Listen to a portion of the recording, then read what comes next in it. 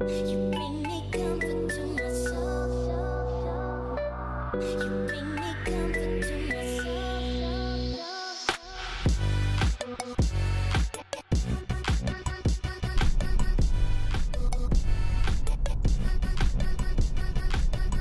YouTube, it's Satch. Welcome to the Driver 81 YouTube channel.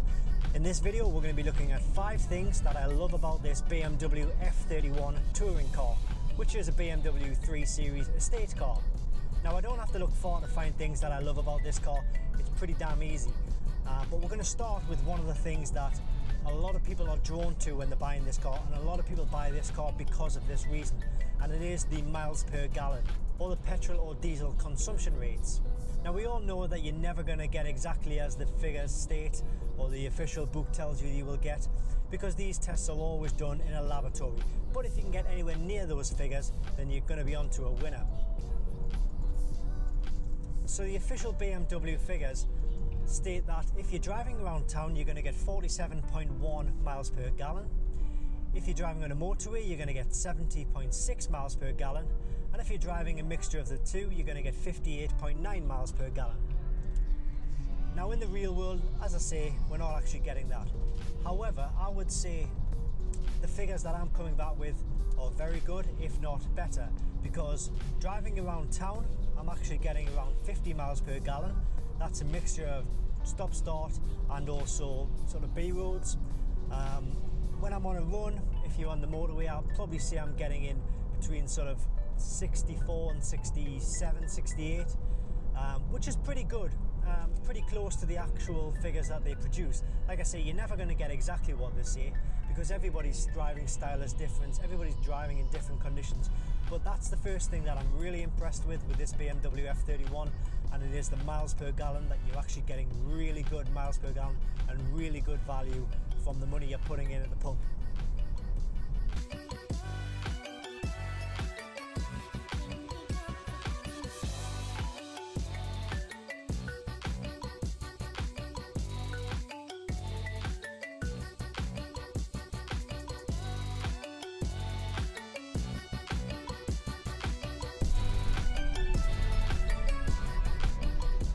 Alright guys, so the second thing that I love about this BMW is the boot space and the interior space and the loading space in general. Now, the official figures state that in the saloon version of this car, you will get 480 litres of storage space, and that is with the seats in the upright position. In the touring car, it's only a little bit better, and it's 495 litres. However, once you put the seats down, you're going to get 1,500 litres of storage space, which is pretty good. I've got myself a set of Porsche 911 alloy wheels and tyres in the back of this car right now, and they fit in no problem at all. There's still a lot of space, even though it probably looks ram-packed. There's a lot of space for other luggage as well. What you can't see behind the tyres is that I do have a gym bag, and I also have a set of springs in their box, so Porsche 911 springs. So and I've got lots more space here, so that's one thing I'm really impressed with, and it is the storage space at the moment. You might hear that it's rattling a little bit, and that's just because of the placement of the wheels, but I can assure you, generally you're not going to get any rattles or any noises from this car that you wouldn't necessarily want.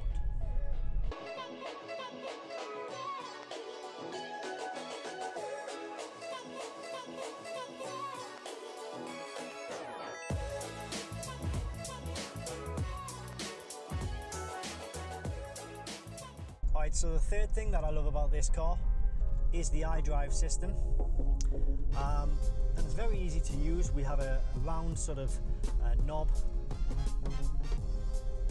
to operate the controls here, and it's very easy to operate between your radio stations, your CDs.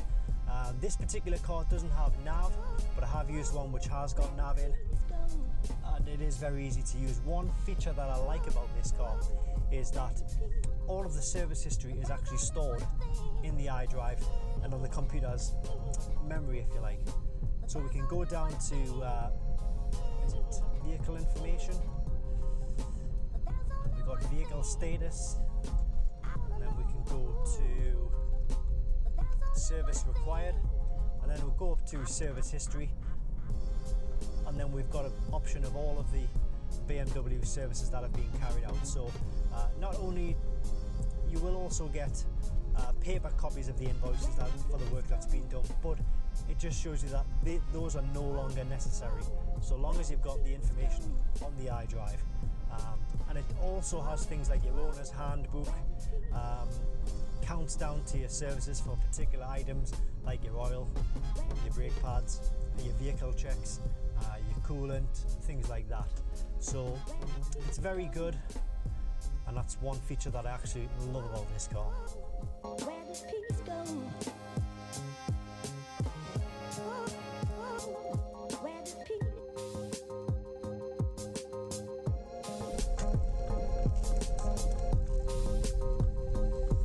So the fourth thing that I love about this car, and this is one of the major things that drew me to this car, was this Astoro blue colour. Now you may have seen some of my other videos with the Astoro blue E46 M3. That was a great colour. Now I think they skipped a generation with the Astoro blue, because I don't believe I saw any E90s in the Astoro blue colour. However, in the F30 and the F31 there are a lot of them about.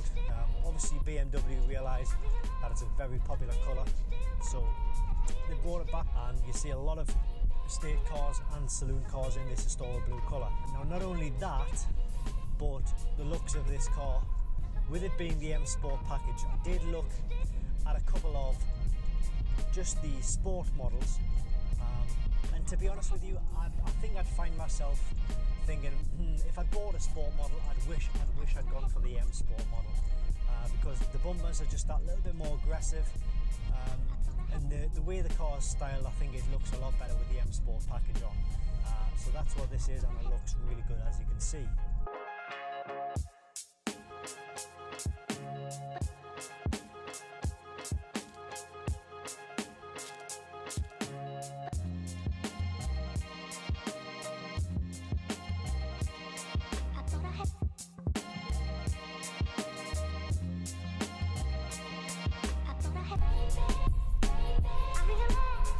So the final thing that I love about this BMW F31 is the servicing costs.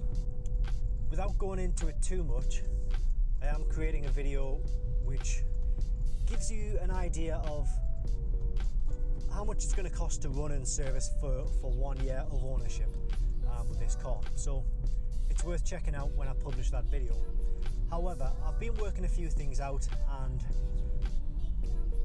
yes, you can service the car yourself. Yes, you can save a lot of money while doing that, and I've estimated that you can probably generally save about 50 to 55% on the actual BMW service costs if you are buying the parts and doing it yourself. Now, I appreciate a lot of people can't do it themselves, but with that in mind, the BMW servicing costs, they're still actually not that bad. That's if you take it to a BMW main dealer. So it's going to be cheaper still if you take it to an independent garage, and then cheaper still if you fancy giving it a go yourself. One thing you would need to do though, if you were to service the car yourself, you would need to get a reset tool, which would actually reset the iDrive, update the service history on the iDrive, as I mentioned earlier. Now the iCarsoft BM2 kit will be perfect for those needs. I'll put a link to that kit just below this video. So there are 5 things that I absolutely love about this car. To be honest with you, there are a few other things which I love about the car which I haven't really touched on. For example, the keyless engine start. You'll see the key is right here, and I'm driving the car because you don't need to put the key anywhere, it just simply needs to be in the car. We've got obviously the one-touch boot open system, so I know that's been around a few years now, but one touch, boots open, another touch, boots closed again, and a few other things which I can't think of right now, but I love this car. I'm very pleased I bought it, and they are just 5 things that I love about this car. I'm sure as I drive it more, I'll think of more things that I absolutely love about it as well. So thanks for watching this Driver 81 YouTube channel. Please give it a subscribe, just click the subscribe button, and I'll see you next time. My soul.